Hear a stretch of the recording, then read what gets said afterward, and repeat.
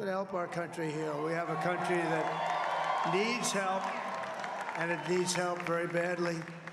We're going to fix our borders. We're going to fix everything about our country. And we made history for a reason tonight, and the reason is going to be just that. President-elect Trump won North Carolina by about 190,000 votes. That is more than double his margin over President Biden 4 years ago. North Carolina has voted for a Republican president in 11 of the past 12 elections. It's a different story, though, with some of the state offices. The governor, lieutenant governor, and attorney general's race went blue, and there was a shift in the state's balance of power, breaking the GOP supermajority in the state House that has handcuffed the Democratic Party. Channel 9's Hunter Sides is live tonight in the studio with more on how this happened and what it means for the legislation in the Tar Heel state. Hunter? Scott, before last night, Republicans had the supermajority by 1 seat.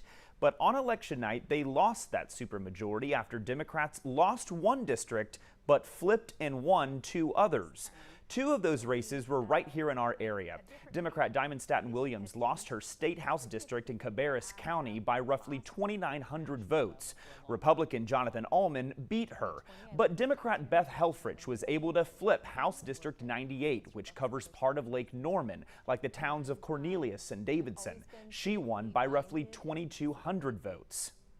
Now, it means in the state House, Republicans maintain a stronghold, but not a supermajority, with 71 members compared to 49 Democrats. Over in the state Senate, Republicans will maintain their overwhelming majority there with 31 members compared to 19 Democrats. I spoke with political science professor Michael Bitzer about what this means for passing laws over the next couple of years.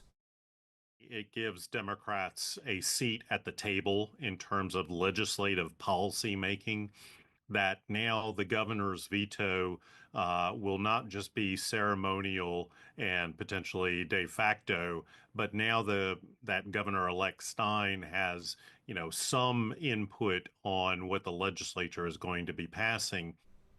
So if Republicans want to override a future Governor Josh Stein veto, they will need help from at least 1 Democrat. Bitzer says we could start seeing deals being made for certain policies, knowing his veto has some power now. Scott?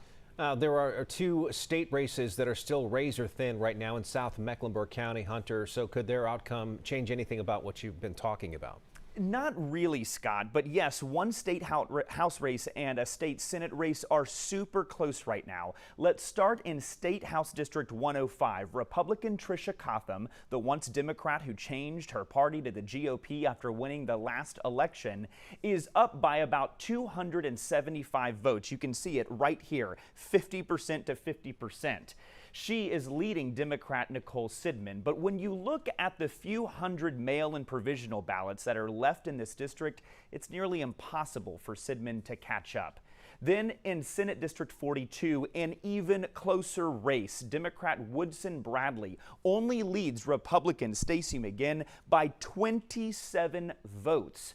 Bradley has already claimed victory, but with hundreds of mail ballots left to be tallied in this race, it could still change. The Mecklenburg County Board of Elections will start to count those mail-in provisional ballots tomorrow. Live in studio, Hunter Sides, Channel 9 Eyewitness News. All right, Hunter, thank you. Some very, very close races, and it'll take a while to just put the stamp at least on that last one and make sure. Now, we have full election results right now at our website and our news app. Just click on election results at the banner on top of our homepage. Results continue to be updated with every ballot drop.